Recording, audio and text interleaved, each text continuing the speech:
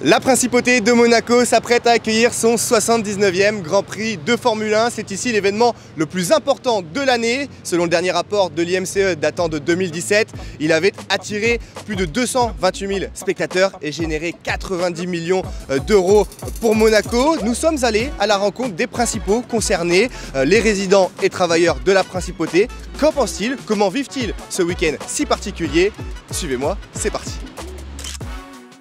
Bonjour madame. Bonjour. Alors est-ce que vous pouvez me dire comment les Grands Prix à Monaco modifient un peu vos habitudes ici?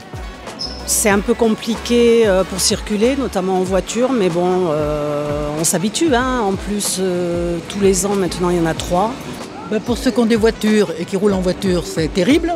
Moi qui suis toujours à pied, je mets la voiture au parking et tout va bien. Et donc comment vous faites vous avec la voiture justement pendant cette période? Elle reste dans le parking. Ah oui. Voilà, donc je me déplace à pied, en bus, voilà. Si vous aviez des conseils justement à donner aux travailleurs monégasques ou aux personnes qui vont venir travailler à Monaco à l'occasion des Grands Prix, ce serait quoi? Peut-être covoiturer un peu avec des collègues de travail et puis éventuellement prendre son courage à deux mains et aller à pied. Par exemple, c'est bien pour l'esprit et le corps, marcher un peu. Ok, et ça se fait bien quand même? Oui, ça se fait bien, oui. Et puis on voit des coins qu'on ne regarde pas forcément tous les jours en voiture, quoi. Donc c'est bien de le faire. On s'habitue parce qu'à Monaco, il y a toujours des manifestations. Dès que le Grand Prix se termine, il va y avoir le démontage, il y a le jumping, donc il y a toujours quelque chose. Après, il y a le Monte Carlo Yacht Show. On fait avec, Donc au final, vous avez l'habitude de vous déplacer comme ça, à pied, avec les transports? Ouais, non, aucun souci. Et les bus, c'est pas trop compliqué, c'est assez bien fait? Oui, c'est assez bien fait. Bon, bien sûr, tout ce qui est port et tout est inaccessible, mais bon, les bus passent par l'autre côté de Monaco. Voilà, non, il n'y a pas de problème. Monaco est organisé depuis le temps. Et je vois des jeunes qui travaillent comme placeurs, qui travaillent comme sécurité un peu, pour indiquer les routes. Ça, c'est pas mal. Voilà. Okay. Et moi je regarde les avantages, ça fait travailler tout le monde et puis les gens qui viennent sont contents puisqu'ils aiment ça, le bruit, etc., les odeurs, etc. Donc non, moi je trouve ça très très bien. Okay. Mais je me sauve. Quand même. Et là je vais me sauver pour le Grand Prix, pour celui-là. Vous allez aller où? Bon, on va aller dans l'arrière-pays comme font tous les monégasques. Ah ouais, c'est ça. Ou presque, voilà. Ok. Et vous ne laissez pas votre appartement à des touristes justement pour profiter du Grand Prix? Non, pour diverses raisons, mais en plus, nous n'avons pas le droit si c'est dans les domaines. Effectivement. Et je risque pas de le faire.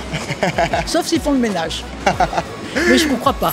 Parce que j'ai entendu, ce n'est pas comme ça que ça se passe. Bon, j'ai bientôt 40 ans de société et je vous avoue que j'ai toujours connu des régulateurs qui étaient souvent positionnés, presque toujours positionnés à la place d'Armes parce que c'est un endroit très très stratégique à la fois pour mesurer, je dirais, de l'affluence, pour mesurer du moment où les spectateurs sortent des épreuves et pour adapter le service en conséquence. Aujourd'hui, avec les moyens modernes, on a à la fois une localisation informatisée, mais on a besoin de personnes sur le terrain, ne serait-ce que pour enseigner, pour accompagner le client. Il faut quand même reconnaître que Monaco restera un pays d'accueil et donc il faut être sur le terrain pour rassurer.